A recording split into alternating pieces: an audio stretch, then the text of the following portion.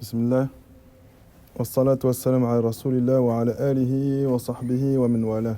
Amma ba'd. Donc on poursuit avec l'explication de Surat al-Baqarah. Et dans les cours précédents, on mentionnait les comportements à avoir face aux difficultés, face aux épreuves, notamment rechercher cette force dans la patience et la prière. Et on avait fini les derniers versets où Allah subhanahu wa ta'ala blâmait ceux qui cachaient une partie de la science volontairement, notamment à l'époque du prophète sallallahu alayhi wa sallam, où il cachait les contenus de la Torah et les contenus de l'évangile dans lesquels il y avait la mention de la venue du prophète Muhammad sallallahu alayhi wa sallam. Et donc on s'était arrêté au verset où Allah azza wa jalla nous dit wa ilahukum ilahun wahid la ilaha illahu huwa ar-rahman ar-rahim. Et votre divinité est une divinité unique. Et il n'y a pas de divinité digne d'être adorée si ce n'est lui. C'est lui le miséricordieux, celui qui déverse sa miséricorde sur ses serviteurs. Et donc Allah subhanahu wa ta'ala il mentionne ce verset après avoir mentionné que certains cachaient une partie de la science qui était présente dans leurs livres. Allah azza wa jalla ensuite informe que la divinité qui est adorée, c'est une divinité unique. Donc c'est la même qui a envoyé la religion à l'ensemble des prophètes. Il n'est pas censé y avoir des incohérences dans la croyance, des oppositions dans la croyance, parce que chaque prophète a été envoyé avec le même objectif d'appeler les gens à unifier Allah subhanahu wa ta'ala dans leurs adorations. Et donc Allah azza wa jalla, il rappelle cette mention au prophète Muhammad sallallahu alayhi wa sallam. Et il dit wa ilahukum ilahun wahid, et votre divinité est une divinité unique. La ilaha illahu, il apporte une sorte d'affirmation, un tawkid. Alors qu'il aurait pu se contenter de dire votre divinité est une divinité unique, c'est lui le miséricordieux, celui qui déverse sa miséricorde sur ses serviteurs. Mais il rajoute encore cette notion la ilaha illahu pour insister sur le fait que Allah subhanahu wa ta'ala c'est le seul être qui mérite d'être adoré. Et il finit ce verset avec deux attributs, ou plutôt deux noms, qui sont Ar-Rahman wa Ar-Rahim. Et on sait que dans le Coran, lorsqu'Allah subhanahu wa ta'ala il mentionne des versets et qu'il finit avec des noms, forcément ces noms ils sont rattachés directement avec le sens du verset. Et Allah subhanahu wa ta'ala, lorsqu'il associe ces noms Ar-Rahman Ar-Rahim, c'est pour informer de certaines choses. Notamment dans Surat al-Baqarah, lorsqu'Allah azza wa jalla dit Alhamdulillahi Rabbil Alamin, louange à Allah, Seigneur de l'univers, Ar-Rahman Ar-Rahim, le miséricordieux, celui qui déverse sa miséricorde, c'est pour nous indiquer que Allah c'est le Seigneur de l'univers et que cette seigneurie sur l'ensemble de l'univers et repose sur la miséricorde d'Allah Azza wa Jal. Ensuite Allah nous dit Maliki Yawmiddin, le maître du jour des comptes, pour nous informer également que on doit espérer ce jour-là en la miséricorde d'Allah Azza wa Jal, parce qu'au préalable il a mentionné cette miséricorde, mais dans le même temps mettre dans le cœur la crainte d'Allah Azza wa Jal et du châtiment d'Allah subhanahu wa ta'ala. Donc il t'informe que sa seigneurie est basée sur la miséricorde. Le jour du jugement sera basé sur la miséricorde, mais cet espoir ne doit pas t'amener à délaisser. Il faut que tu aies dans le même temps une crainte du châtiment de ton Seigneur Allah subhanahu wa ta'ala. Et les ulama, ils ont mentionné la différence et la distinction qu'il y a entre le nom Ar-Rahman ainsi que le nom Ar-Rahim. Et on l'avait déjà mentionné dans certaines explications, notamment sur les cours des noms et attributs d'Allah subhanahu wa ta'ala. Et les ulama, ils ont apporté différentes explications. Il y a deux grandes explications qui ressortent de la différence entre le nom Ar-Rahman et le nom Ar-Rahim. Donc certains ont mentionné que le nom Ar-Rahman, d'ailleurs avant de commencer, on va juste une petite parenthèse sur les attributs d'Allah Azza wa Jal. On sait que dans les attributs d'Allah, on a les sifas qui sont dhatiya et d'autres qui sont fi'aliya, donc des attributs d'essence et des attributs d'action. Qu'est-ce que ça veut dire? C'est que Allah subhanahu wa ta'ala, il possède des caractéristiques. Certaines de ces caractéristiques sont en lui et ne se détachent jamais de lui. D'accord? Notamment la miséricorde, la science et autres. Et on a des attributs d'action. C'est-à-dire que c'est le même principe. Ce sont des attributs qu'Allah possède, qui ne se détachent pas d'Allah subhanahu wa ta'ala. En fait, elles sont en lui, mais qu'Allah utilise selon son bon vouloir. Et du coup, on appelle ça des attributs d'action. Où Allah Azza wa Jalla, il fait l'action de vouloir faire miséricorde, et il fait l'action de se mettre en colère. Et du coup, ces attributs d'action, ils se détachent, si on veut, d'Allah subhanahu wa ta'ala. Eh bien, certains mentionnent que le nom Ar-Rahman est une miséricorde qui englobe l'ensemble de l'humanité, musulmans et non musulmans. Pourquoi? Parce que le nom Ar-Rahman et le nom Ar-Rahim, ils viennent tous deux d'un verbe qui est Rahima. Ce verbe-là, lorsqu'on veut le mettre sous forme, comme si on voulait parler de l'éloquence ou de l'intensité de la chose, ce qu'on va utiliser normalement c'est Rahim, Alima, Alim, Hakima, Hakim. Donc la forme de base c'est Rahim. Sauf que cette fois-ci, la forme de base de ce verbe Rahima, il a changé. C'est devenu Rahman, avec un Noun, un Alif et un Noun à la fin. Cette forme, lorsqu'elle intègre un verbe, elle vient noter le plus haut degré d'éloquence. Et du coup, Allah subhanahu wa ta'ala, lorsqu'il dit qu'il est Ar-Rahman, ça vient indiquer qu'il a une miséricorde qui est totale, qui est parfaite et qui est illimitée. Et donc, pour certains savants, ce nom-là, Rahman, fait référence à la miséricorde d'Allah qui touche les musulmans et les non-musulmans, les animaux et tout ce qui existe sur terre. Et le nom Rahim est une miséricorde qui est spécifique aux croyants. Wa kana bil mu'minina rahima. Et il est envers les croyants miséricordieux. D'accord? Cette explication, elle vient légèrement s'opposer à un verset du Coran où Allah subhanahu wa ta'ala dit Inna Allah bin nas la ra'ufur rahim. Certes, Allah azza wa jal est envers les gens compatissant et miséricordieux. Et la miséricorde qu'il a mentionnée dans ce verset est rattachée au nom Rahim. Sauf que dans ce verset, Allah il dit Inna Allah bin nas. Certes, Allah est avec les hommes. Et lorsqu'Allah il englobe cette formulation et qu'il parle des hommes, on comprend que c'est les hommes dans la généralité. Ce n'est pas spécifique aux croyants. Donc l'explication la plus juste concernant la différence entre le nom Ar-Rahman et le nom Ar-Rahim, Ar-Rahman vient indiquer qu'Allah il a une miséricorde totale, parfaite, illimitée, qui ne se détache jamais de lui.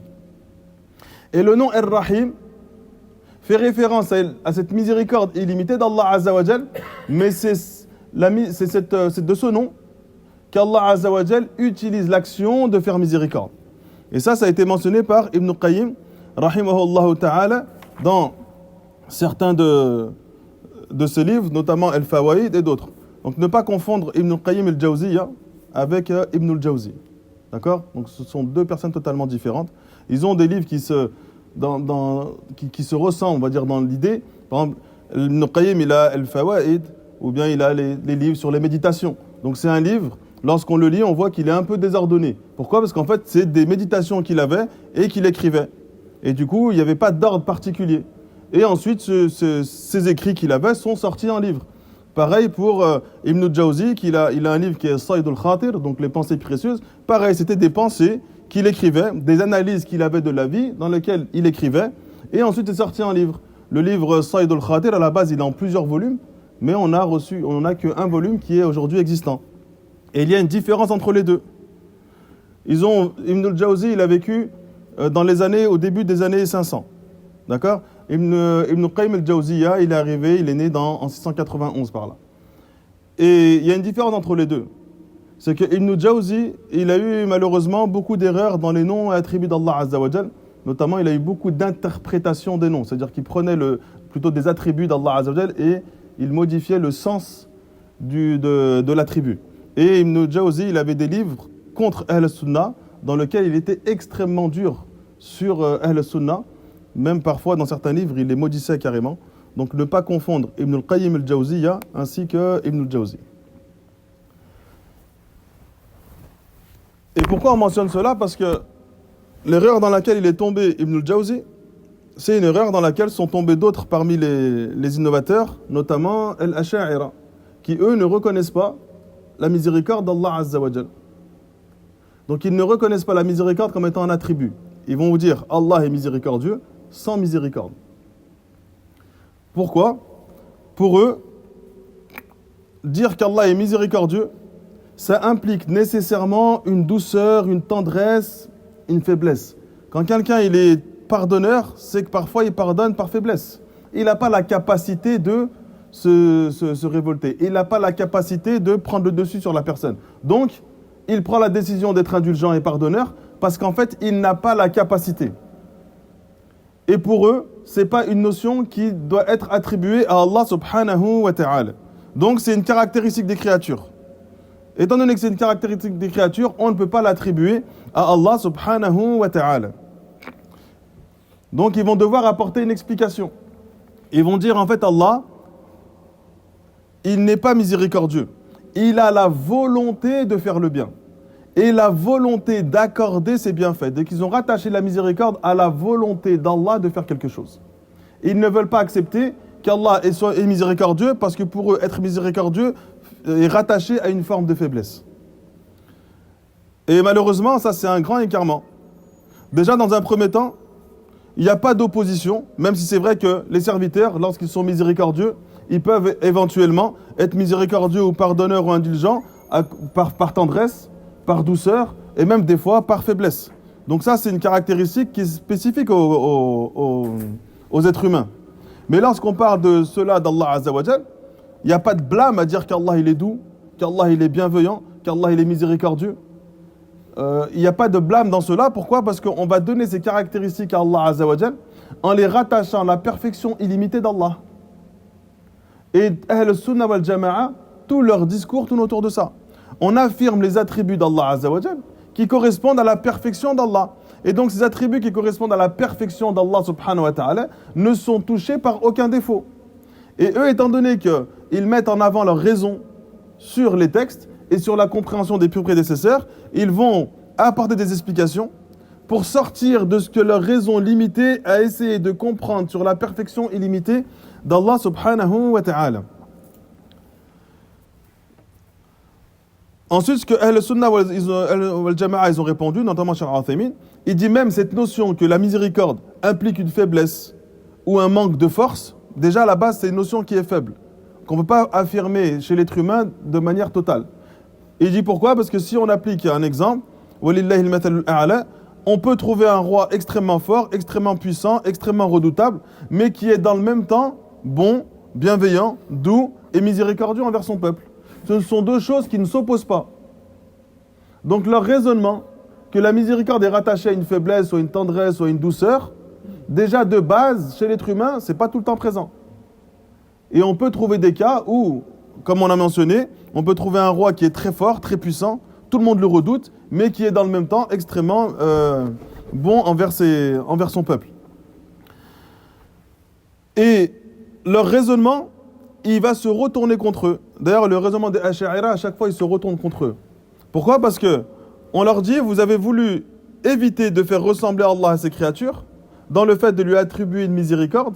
D'accord? Donc vous avez dit qu'Allah il est miséricordieux sans miséricorde, et que ce mot miséricorde, il fait référence à la volonté d'Allah de faire le bien.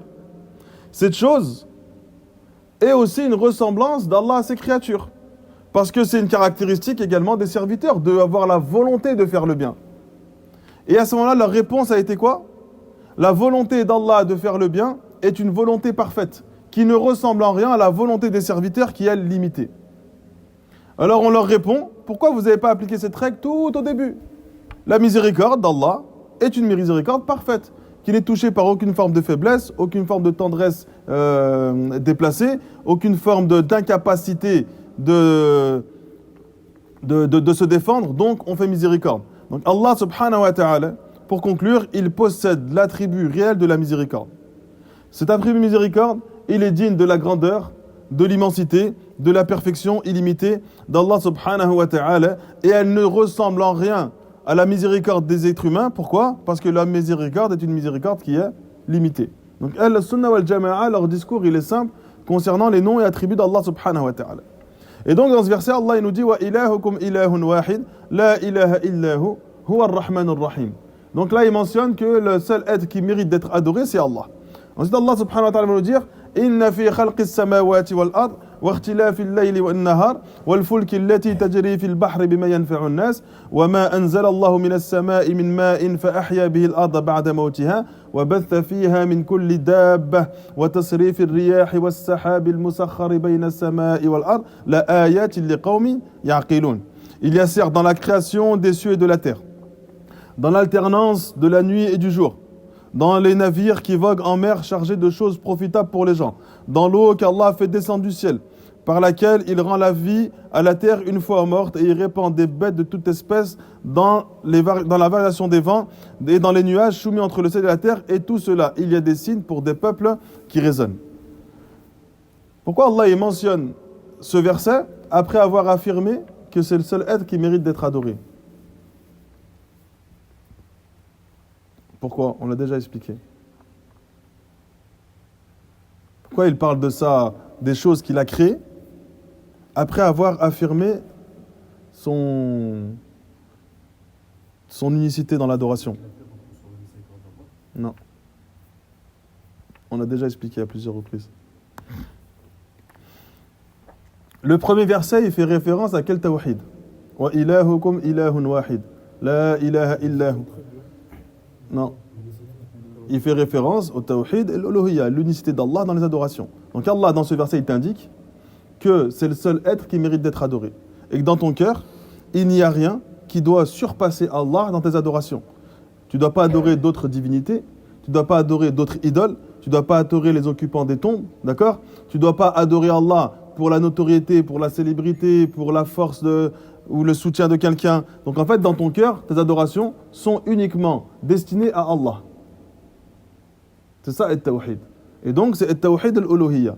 Le verset qui suit, « Inna fi khalqis samawati wal ard » donc Allah, il parle de sa création. Ça fait référence à quel tawhid? Tawhid al-rububiyya, l'unicité d'Allah dans la seigneurie. Et l'unicité d'Allah dans la seigneurie, c'est rendre Allah unique dans ce qu'il a créé. D'accord? Fil khalqi wal mulk wa tadbir. D'accord? Les trois grands axes. Allah, Azza wa Jal, c'est lui qui a tout créé seul et unique sans associé. D'accord? C'est lui qui possède tout ce qu'il y a entre les cieux et la terre, seul et unique sans associé. Et c'est lui qui a la gestion des cieux et la terre, seul et unique sans associé. Quand Allah Azza wa Jal, il mentionne que tu dois l'adorer, lui seul et unique, souvent, il fait suivre les versets, d'accord, par le fait que c'est lui qui possède la seigneurie. Tout ce que tu convoites tourne autour de ces trois points. Si tu veux demander une chose, demande-la à Allah.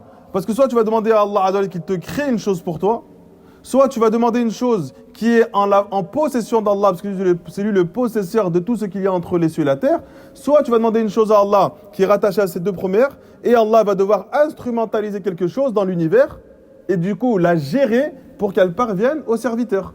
Étant donné qu'Allah c'est le seul qui possède ça, comment tu peux vouer et orienter une demande à un autre qu'Allah Azza wa Jal, qui est dans l'incapacité de posséder cette chose-là? Pourquoi? Parce qu'Allah il t'informe qu'il le possède de manière unique. Il n'y a personne avec Allah qui possède ces caractéristiques. Et donc, quand Allah il parle de son adoration seule et unique, il fait rattacher cela à quoi? À sa seigneurie, pour que le serviteur comprenne pourquoi il doit adorer Allah Azza wa Jal seul et unique sans s'associer. Ya ayyuhan nasu u'budu rabbakum. Le premier verset où Allah donne un ordre dans le Coran, dans le début de Surat al-Baqarah, ô vous les hommes, adorez votre Seigneur. C'est quoi la suite? Celui qui vous a créé. Et ensuite, Allah, dans le verset qui suit, il mentionne sa création. Donc, lorsque tu comprends qu'Allah subhanahu wa ta'ala, c'est lui le Seigneur, alors tu l'adores seul et unique. Si tu as des difficultés à bien adorer Allah, c'est que tu as des manques dans ta seigneurie d'Allah Azza wa Jal, dans ta croyance en la seigneurie. Moins tu comprends qui est Allah dans sa seigneurie, moins tu arriveras à adorer Allah. Ce sont deux choses qui sont liées. Donc, celui qui fournit tous ses efforts à essayer de bien adorer Allah, mais qui délaisse dans le même temps la connaissance d'Allah dans sa seigneurie, il aura des failles. Et celui qui délaisse la connaissance d'Allah dans l'autre tawhid, qui est le tawhid des noms et attributs, il aura des failles dans quoi? Dans ses adorations. Donc les trois tawhid en réalité sont liés les uns aux autres. Et donc dans ce verset, Allah subhanahu wa ta'ala, il énumère ces immenses bénédictions et les innombrables bienfaits qu'il a déversés sur les serviteurs.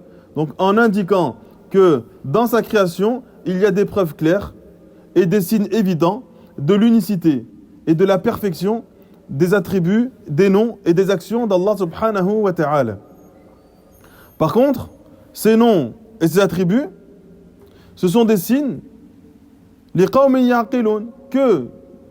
qui peuvent être compris et saisis que par des gens à qui Allah subhanahu wa ta'ala a donné la réflexion et a donné la méditation. Donc quelqu'un d'intelligent en islam, c'est quelqu'un qui a réussi à méditer sur l'objectif de son existence sur terre. Lui, il est considéré comme intelligent. Parce qu'il a compris pourquoi Allah l'avait créé. Et il a compris quels sont les efforts qu'il va devoir fournir sur terre pour concrétiser cet objectif qui est adorer Allah Azza wa Jal.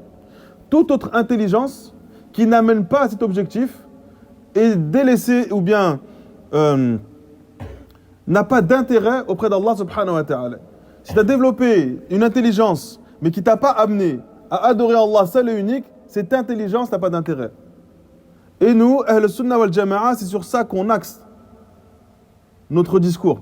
Parce que les gens, malheureusement, dès que quelqu'un montre une forme d'intelligence ou une forme d'éloquence dans ses propos, même lorsqu'il est éloigné d'Allah, eh ben on se met à l'apprécier, on se met à l'aimer, on se met à le soutenir, même si à la base, c'est pas quelqu'un qui est croyant, ou même si c'est un croyant mais qui a dévié. Pourquoi ? Parce qu'on a axé le curseur sur celui qui est bien et celui qui est mauvais, sur sa capacité à bien parler, sur sa capacité à montrer son intelligence et à dévoiler et à déverser son intelligence sur les gens. La personne et l'être intelligent auprès d'Allah subhanahu wa ta'ala, c'est celui qui a compris l'objectif de son existence sur terre. C'est la seule intelligence qui va être bénéfique. Le reste, c'est un plus. Et ce plus, il doit être soumis à cette règle qui doit amener à l'adoration d'Allah subhanahu wa ta'ala. Et donc dans ces créations des cieux et la terre, Allah subhanahu wa ta'ala, il y a placé de nombreuses merveilles. Donc l'alternance constante, parfaite de la nuit et du jour, sans que l'un arrive à devancer l'autre.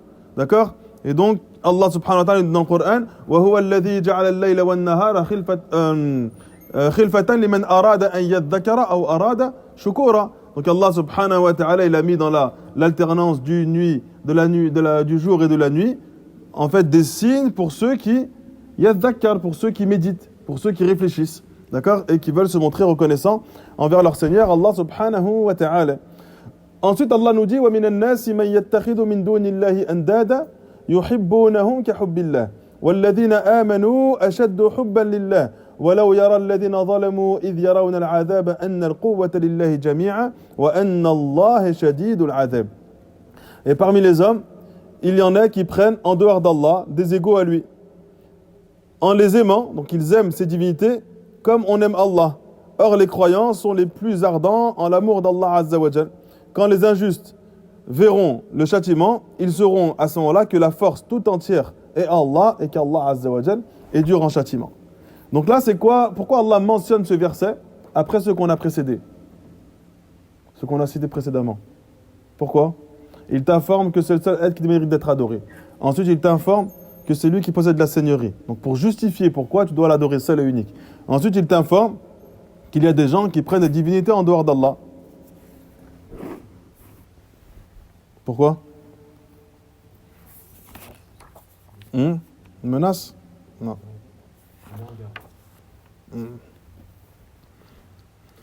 Là, il t'informe que dans cet objectif qui est d'adorer Allah seul et unique, les gens vont se diviser en deux catégories. Ceux qui vont remplir l'objectif et ceux qui vont dévier.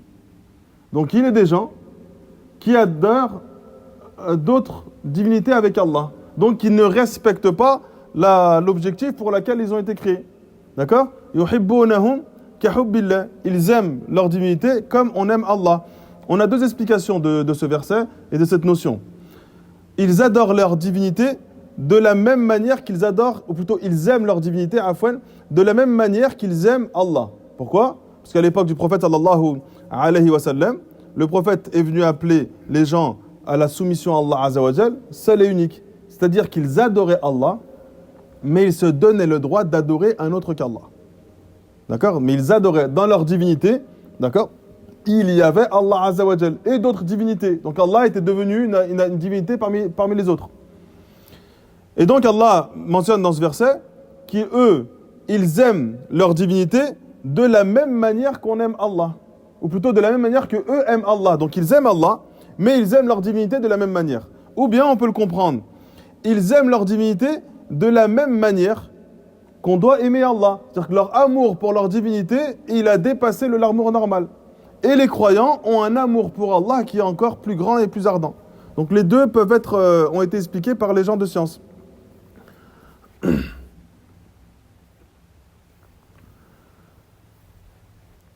Et dans ce verset-là, on vient affirmer le fait que Allah subhanahu wa ta'ala puisse être aimé. Encore une fois, Al-Ash'ira ou Al-Maturidiyya, ils ne considèrent pas qu'Allah puisse être aimé. Pour eux, Allah ne peut pas être aimé. Et nous, ce qu'on aime, c'est le paradis d'Allah. C'est pas Allah. Donc Allah, il ne peut pas aimer les serviteurs parce que c'est une marque de faiblesse. Et donc, comme pour la miséricorde, ils ne veulent pas attribuer cette faiblesse à Allah. Ils n'arrivent pas à comprendre que cet amour d'Allah envers les serviteurs, c'est un amour qui lui est propre et qui est parfait envers Allah Azza wa Jal. Et pour eux, un serviteur ne peut pas aimer Allah. Parce que pareil, si nous on aime Allah, on fait ressembler Allah à ses créatures. Étant donné qu'on s'aime les uns les autres, on ne peut pas attribuer ce même amour à qui? À Allah subhanahu wa ta'ala. Donc ça encore, c'est un égarement de leur part. Donc nous, Ahl Sunnah, Allah nous aime et on l'aime en retour. Et c'est pas son paradis qu'on aime. C'est une des choses qu'on aime recevoir d'Allah. Mais on adore Allah par amour pour lui. C'est-à-dire que s'il n'y avait pas de paradis, tu adorerais Allah Azza wa Jal par amour pour lui. Le paradis, c'est la récompense suite à tes adorations qui sont liées à ton amour pour Allah Azza wa Jal. Donc nous, on désire, on espère obtenir la récompense, on espère obtenir le paradis d'Allah, parce que justement, on aime notre Seigneur Allah Azza wa Jal. Et tu comprends que, dans ce verset-là, en fait, l'adoration d'un autre qu'Allah est rattachée à ton amour pour lui et à ton immensité pour lui.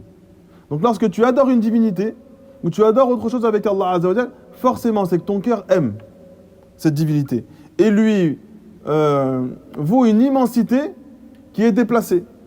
La base de tes adorations envers Allah Azza wa Jal, c'est le fait d'avoir de l'amour pour Allah subhanahu wa ta'ala et de l'immensité pour Allah Azza wa Jal. De l'immensité dans ton cœur. C'est-à-dire que dans ton cœur, il n'y a rien qui est plus grand qu'Allah. Et étant donné que dans ton cœur, il n'y a rien qui est plus grand qu'Allah Azza wa Jal, rien de plus immense qu'Allah subhanahu wa ta'ala, alors cette grandeur d'Allah dans ton cœur fait que lorsque tu es face à un péché, tu le délaisses. Parce que ton amour pour le péché n'est pas plus grand que ton amour pour Allah Azza wa Jal ou pour la crainte de son châtiment. وَلَوْ يَرَى الَّذِينَ ظَلَمُوا إِذْ يَرَوْنَ الْعَذَابَ أَنَّ الْقُوَّةَ لِلَّهِ جَمِيعًا. Donc là, en l'occurrence, Allah Azza wa Jal, il a de nombreux noms qui font référence à sa grandeur et son immensité. El-Kabir, El-Azim, El-Majid. Donc souvent, Allah Azza wa Jal, lorsqu'il parle de ses noms, de ses attributs, notamment de ses noms, on a des groupes de noms. Aucun nom n'est synonyme. Il n'y a pas un nom qui ressemble à un autre. C'est-à-dire qu'il ressemble, mais il a une particularité que l'autre n'a pas. Ou bien il va expliquer une chose sur un autre nom. Ça, c'est une règle. Par contre, les noms sont, si vous voulez, classés par groupe. Il y a des noms qui font référence à la miséricorde, des noms qui font référence à la puissance, des noms qui font référence à la grandeur. Et chacun de ces noms sont liés les uns aux autres. Et l'immensité et la grandeur d'Allah Azza wa Jal sont des noms d'Allah, sont des caractéristiques d'Allah rattachées au nom El-Kabir ou au nom El-Azim. D'accord? Quel est le nom qui fait référence à la grandeur d'Allah le plus? El-Kabir ou bien El-Azim? Le grand ou bien l'immense? El-Azim? Alors pourquoi en salat on dit Allahu Akbar et on ne dit pas Allahu A'zam? Et pourquoi pendant l'Eden on ne dit pas Allahu A'zam? Allah est le plus immense. Naam. Donc dans la prière on fait référence à l'immensité d'Allah Azza wa Jal. Mais c'est quoi? Qu'est-ce qui est le plus, qui englobe le plus de choses? C'est quoi? El-Kabir. Le nom El-Kabir, il vient avec un sens plus fort que le nom El-Azim. D'accord? El-Kibriya ridai wal-azamatu izari. Allah dans le Coran, il dit El-Kibriya, ma grandeur et mon habit supérieur. D'accord? L'habit que l'on met en haut. Je sais pas comment ils appellent ça. Ala kulli hal. Wal-azama izari et ma azama, mon immensité et l'habit inférieur. Comme le prophète nous l'a mentionné. Les ulama, ils ont dit que dans ce hadith, Allah nous informe que sa grandeur est plus grande que son immensité. Parce que chez les Arabes, l'habit supérieur était utilisé pour couvrir le haut du corps et pour couvrir une partie du bas du corps. Et que l'izar, c'est l'habit inférieur qui couvre simplement le bas du corps. Il ne recouvre pas une partie supérieure. Donc on comprend que le nom d'Allah El-Kabir vient avec un sens plus grand et plus fort que le nom d'Allah Azza wa Jal El-Azim. وَلَوْ يَرَى الَّذِينَ ظَلَمُوا إِذْ يَرَوْنَ الْعَذَابَ أَنَّ الْقُوَّةَ لِلَّهِ جَمِيعًا وَأَنَّ اللَّهَ شَدِيدُ الْعَذَابِ. Et donc lorsque les injustes verront le châtiment d'Allah Azza wa Jal, ils comprendront à ce moment-là que la force tout entière appartient à Allah et que le châtiment, et que Allah est dur en châtiment. Donc là, il informe le prophète Mohammed sallallahu alayhi wa sallam que ceux qui ont donné des divinités, des égaux et des semblables à Allah subhanahu wa ta'ala et qu'ils ont aimé ces semblables de la même manière qu'ils ont aimé Allah subhanahu wa ta'ala, ils vont recevoir le châtiment d'Allah. D'accord? Pourquoi? Parce qu'ils n'ont pas voulu soumettre leur âme et leurs adorations à une seule et même divinité. Et ce jour-là, ils verront que leurs idoles ne leur sont d'aucun secours. Lorsqu'ils verront le châtiment, lorsqu'ils verront ce qu'Allah subhanahu wa ta'ala a réservé à celui qui lui associe et qui meurt dans cette situation, ils s'apercevront que ce jour-là, leurs idoles, qu'ils aimaient autant qu'ils aimaient Allah subhanahu wa ta'ala, ne leur aient d'aucun secours. إِذْ تَبَرَّأَ الَّذِينَ اتُّبِعُوا مِنَ الَّذِينَ اتَّبَعُوا وَرَأَوُا الْعَذَابَ وَتَقَطَّعَتْ بِهِمُ الْأَسْبَابُ. Quand les meneurs, les leaders, les chefs, désavoueront les suiveurs, donc ceux qui les ont suivis, à la vue du châtiment, les liens entre eux seront totalement brisés. Donc là, qu'est-ce qu'on comprend de ce verset?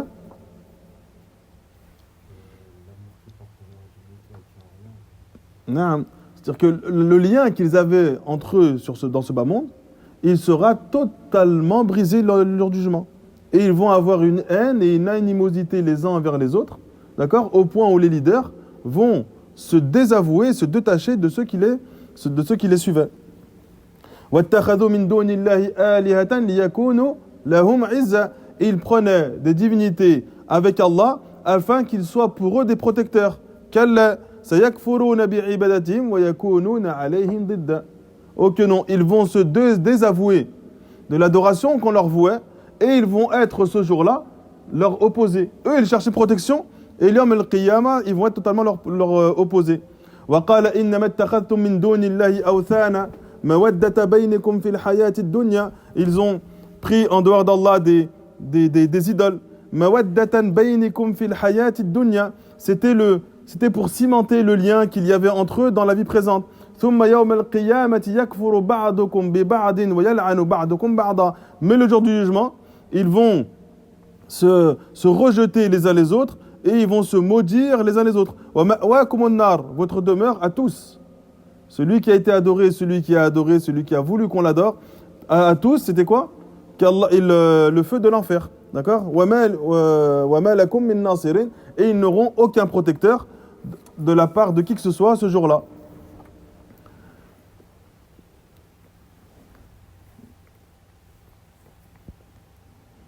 ولو ترى إذ الظالمون موقوف عند ربهم يرجع بعضهم إلى بعض القول شاهين يرجع بعضهم إلى بعض القول يقول الذين استضعفوا للذين استكبروا لولا أنتم لكنا مؤمنين. Donc ils vont se jeter la pierre les uns les autres, l'homme al-qiyamah. Ceux qui avaient mécru, ils vont dire jamais nous ne croirons en ce Coran, ni en ce qui a été précédé. D'accord? Et ce jour-là, les injustes, si tu pouvais voir les injustes, lorsqu'ils vont se tenir debout devant leur Seigneur, ils vont se renvoyer la parole les uns les autres. Ceux qui étaient considérés comme faibles, c'est-à-dire les suiveurs, ils diront à ceux qui étaient très orgueilleux, d'accord, ceux qui se définissaient comme chefs, sans vous, on aurait été croyants. Si vous n'aviez pas été présents, nous aurions été des croyants. Et donc ceux qui étaient les leaders, ils vont dire à ce moment-là, à ceux qui étaient faibles, les suiveurs,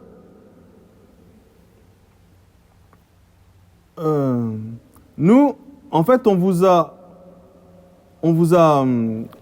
pas forcé à suivre cette voie. On est parti dans une direction et c'est vous qui êtes venus. Vous avez suivi le chemin que nous, on a pris. Et du coup, vous êtes plutôt, vous aussi, des criminels. En fait, vous êtes dans le même camp que nous. On a simplement montré la voie et vous avez été des suiveurs. Personne n'a été obligé de suivre la voie dans laquelle eux ils étaient.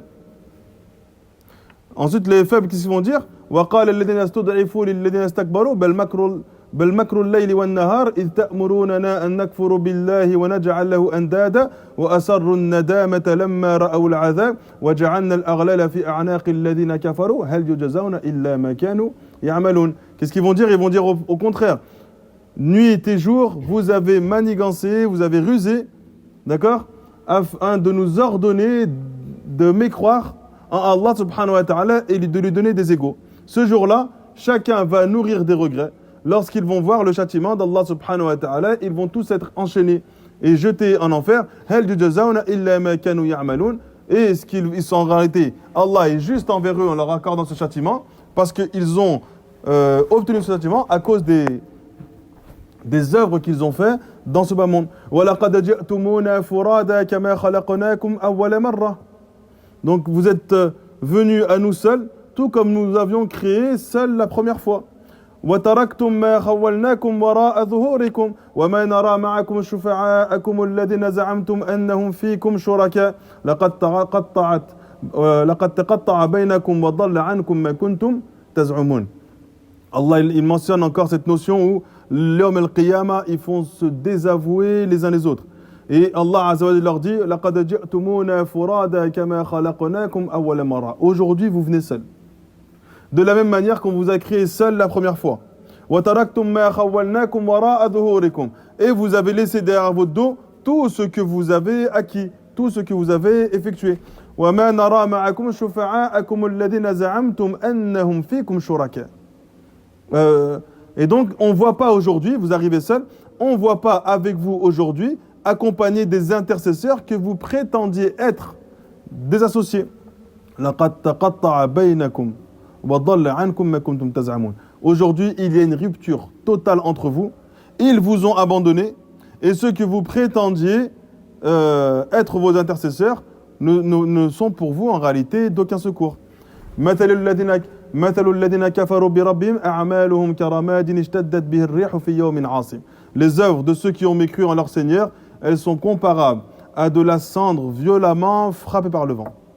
D'accord? في يوم عاصف, dans un jour de tempête. لا يقدرون مما كسبوا على شيء ذلك هو الضلال البعيد. Ils vont tirer aucun profit de ce qu'ils ont acquis. Ceci est l'égarement le plus profond. Donc toutes les œuvres de bien que les associateurs ont fait ou que les non-musulmans ont fait, ils ont obtenu la récompense de cela, où ça? Dans ce bas monde. Le prophète alayhi salatu wassalam nous mentionne dans un hadith que Allah Azza wa Jal, par justice, il accorde des bienfaits dans ce bas monde à celui qui œuvre dans le bien. Si c'est un non-musulman, il obtiendra la récompense dans ce bas monde. Cette récompense est rattachée à des bienfaits qu'il va posséder. Et le jour du jugement, il n'aura plus aucune action à faire valoir. Il ne pourra plus dire à Allah, ou ne pourra pas dire à Allah, tu as été injuste envers moi, j'ai œuvré, j'ai fait du bien, et tu ne m'as pas récompensé. Allah Azza wa Jal va lui montrer que dans ce bas monde, il l'a récompensé bien plus que l'action qu'il venait d'effectuer. Le croyant, il a une faveur supplémentaire. Il est récompensé dans ce bas monde, et il obtient aussi également, dans le même temps, la récompense d'Allah subhanahu wa ta'ala dans l'au-delà. ألم ترى أن الله خلق السماوات والأرض بالحق إن يشأ يذهبكم ويأتي بخلق جديد. Ne vois-tu pas qu'Allah a créé les cieux et la terre pour une raison juste? On soit adoré, c'est l'unique sans associé. S'il voulait, il vous ferait disparaître et ferait venir de nouvelles créatures. وَمَا ذَلِكَ عَلَى اللَّهِ بِعَزِيزٍ. Et cela n'est pas difficile pour Allah subhanahu wa ta'ala. وَبَرَزُوا لِلَّهِ جَمِيعًا. Et toutes ces créatures comparaîtront devant Allah. فَقَالَ الضُّعَفَاءُ لِلَّذِينَ اسْتَكْبَرُوا إِنَّا كُنَّا لَكُمْ تَبَعًا. Ceux qui étaient faibles, les suiveurs, ils diront à ceux qui est parmi leurs chefs et ceux qui s'enorgueillissaient et les leaders, nous étions vos suiveurs. Et donc, les suiveurs vont aller voir les leaders pour dire, nous, on était vos suiveurs.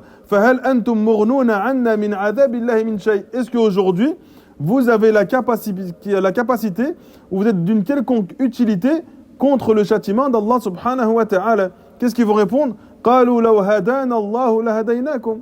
Si Allah nous avait guidés, nous vous aurions certainement également guidés. سَوَاءٌ عَلَيْنَا أَجَزِعْنَا أَمْ صَبَرْنَا مَا لَنَا مِنْ مَحِيصٍ. Ça nous est indifférent aujourd'hui de voir des plaintes ou bien d'endurer.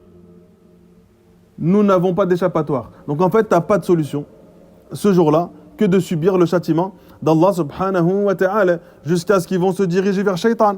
Donc à chaque fois, ils vont voir les différentes divinités pour voir si dans leur divinité, ils peuvent trouver un protecteur ou un secours.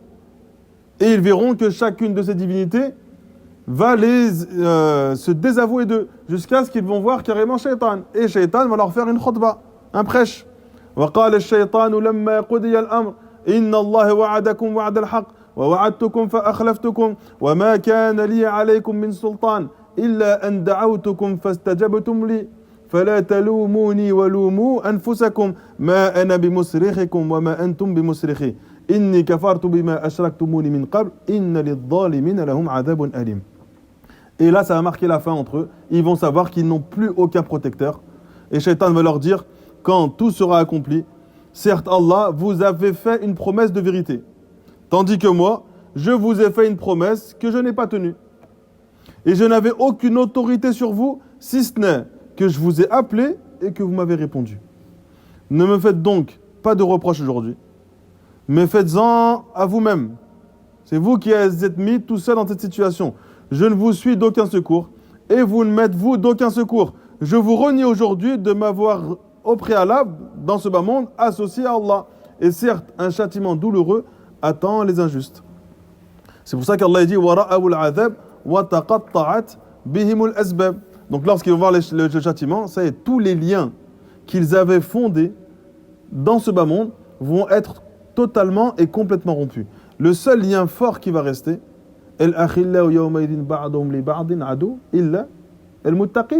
frères, ceux qui faisaient preuve de fraternité, les alliés, ceux qui étaient proches les uns les autres, dans l'au-delà, seront tous ennemis les uns les autres.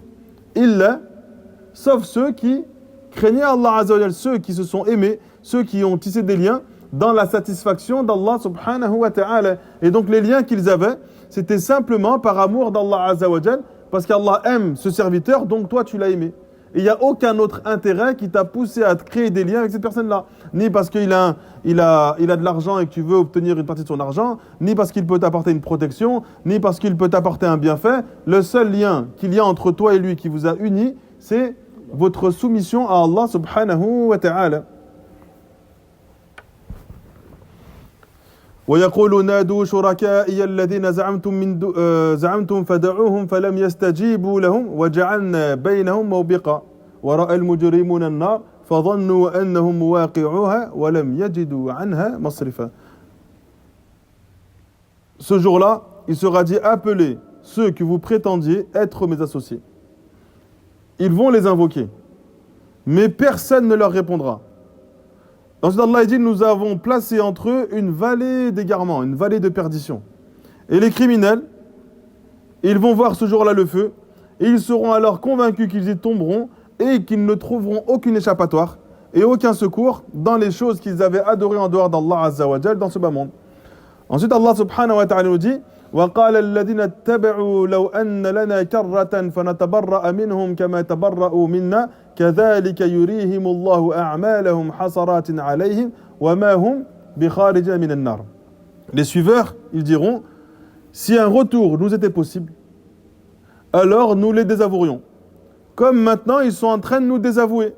On a fourni tous nos efforts durant notre vie dans le suivi de quelqu'un qui s'opposait à Allah Azza wa Jal et dans l'adoration d'une divinité autre qu'Allah Azza wa Jal. Et ils vont demander à Allah si seulement on pouvait retourner sur terre pour se désavouer d'eux de la même manière qu'ils sont en train de nous trahir et se désavouer de nous aujourd'hui. Allah leur montrera leurs actions, qui sera pour eux en fait une source de remords, mais ils ne pourront pas sortir du feu. Et donc là, ce sont encore des versets où Allah Azza wa Jal mentionne que tout être humain, même la personne la plus pieuse, va nourrir des regrets lorsqu'Allah subhanahu wa ta'ala reprendra son âme. Elle aura la volonté de faire plus. Alors que dans sa vie, elle l'a passé dans la piété et la soumission à Allah Azza wa Jal. Alors que dire que de quelqu'un qui, lorsqu'il va se retrouver dans sa tombe, va regretter ses actions alors qu'il sait pertinemment qu'il n'a plus aucune échappatoire et que son châtiment c'est le feu de l'enfer. Et les anges vont se présenter à lui, vont lui poser les questions. Ils ne vont pas réussir à répondre aux questions. Les anges vont venir avec avec un bâton. Le prophète lui dit ce bâton-là, si on frappe une montagne avec, cette montagne devient complètement poussière. L'ange le frappe. Donc, l'ange le frappe, il devient complètement poussière. Donc, il ressent la douleur. Il devient poussière sans mourir. Et Allah Azza lui remet son apparence comme elle est. Et son châtiment dans sa tombe est ainsi, en continu. Ensuite, Allah subhanahu wa ta'ala lui ouvrira une fenêtre dans sa tombe, une fenêtre vers l'enfer. Et il verra la place qu'il a à l'enfer. Donc il est dans ce châtiment où l'ange le frappe, il devient complètement poussière. Allah reprend remet son corps comme il est, et il reçoit ce châtiment en boucle. D'accord? Allah Azza wa Jalla lui ouvre une porte vers l'enfer, une fenêtre vers l'enfer. Allah lui montre la place qu'il a en enfer, et qu'est-ce qu'il dira lui? Rabbi la tuqim as-sa'a. Oh Allah, faites que l'heure du jugement n'arrive jamais. Il subit ce terrible châtiment dans sa tombe, mais lorsqu'il va voir la place qu'il va avoir en enfer, il va préférer rester dans ce châtiment plutôt que de subir le jugement et d'entrer dans l'enfer qu'Allah subhanahu wa ta'ala lui a réservé. D'accord? وَبُرِّزَتِ الْجَحِيمُ لِلْغَاوِينَ. L'enfer sera exposé. D'accord? وَقِيلَ لَهُمْ أَيْنَ مَا كُنْتُمْ تَعْبُدُونَ. On leur dira à ce moment-là, où sont ceux que vous adoriez avec Allah Azza wa Jal? Donc, où sont ceux que vous adoriez? Min dunillahi hal yansurunakum aw yantasirun. Où sont ceux que vous adoriez en dehors d'Allah? Est-ce qu'ils peuvent vous secourir? Ou est-ce qu'ils peuvent, eux, se secourir eux-mêmes? Fakubukibu fiha hum wal ghawun. Ils y seront donc jetés tous ensemble, d'accord? Et ils vont errer dans l'enfer. Wa junud iblis ajma'un. Ainsi que toutes les légions, tous les soldats d'Iblis seront dans l'enfer. Qalu wa hum fiha yahtasimun. Dans l'enfer, ils vont commencer à se disputer. D'accord? Ils vont se quereller. Tallahi in kunna la fi dalalin mubin iz nusawwikum bi rabbil alamin. La raison, ces gens-là, ils ont fait plein de péchés sur terre. Mais la première raison qu'ils vont mettre en avant pour justifier leur présence en enfer, c'est Allah. In kunna la fi dalalin mubin. Par Allah, nous étions dans un égarement manifeste. Pourquoi? Alaykoum salam Allah. Iz nusawwikum bi rabbil alamin. Nous vous avons donné comme égal ou comme semblable à Allah subhanahu wa ta'ala. Wa ma adallana illa al-mujrimun. Et là ils vont dire, ce sont les criminels qui nous ont égarés. Ce jour-là, fama lana min shafi'in wa la sadiqin hamim. Ce jour-là, nous n'aurons pas d'intercesseurs, ni même d'amis chaleureux, d'amis protecteurs. Falaw anna lana karratan fanakuna min al-mu'minin. Si seulement un retour dans ce bas monde était possible, nous serions parmi les croyants. Inna fi dhalika la ayatan wa ma kana aktharum mu'minin. Il y a dans cela des signes, mais cependant la plupart d'entre eux ne croient pas.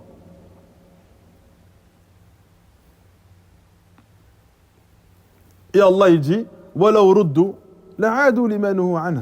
Si on les renvoie sur terre, ils retourneront faire les choses qu'on leur avait interdites. Wa innahum lakadhibun. Vous êtes certes des menteurs.